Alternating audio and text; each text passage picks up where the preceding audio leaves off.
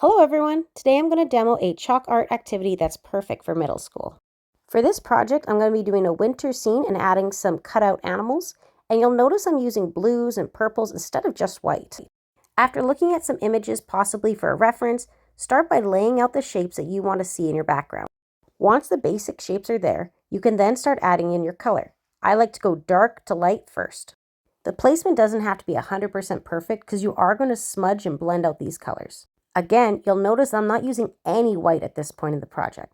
When you blend, you do have to be careful. You don't want to kind of over smudge because chalk can get everywhere. You may notice I blend a little less aggressively on land and much more firmly when I'm doing the water to make the water have a bit of a shine kind of look.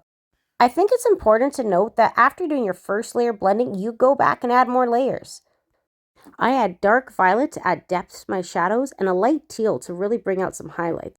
Placing some of your darkest shadow right underneath highlight is actually a really cool way to make more depth to your image. It's only now, after several layers of color and blending, that I actually add any white for a highlight.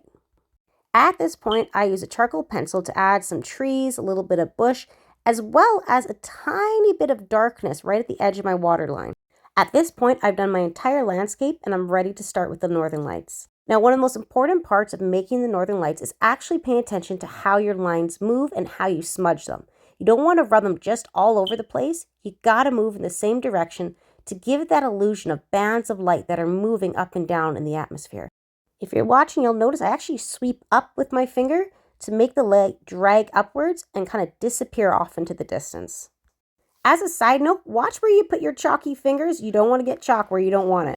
You'll notice as a little extra detail, I add some of the colors from my northern lights into my water for a bit of a reflection.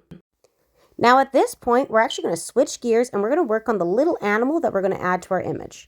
Now, if you don't know how to freehand an animal, don't stress. Get an image of something you'd like to draw, trace it out, and there you go. You'll notice I actually start with pencil, then go over with a pen.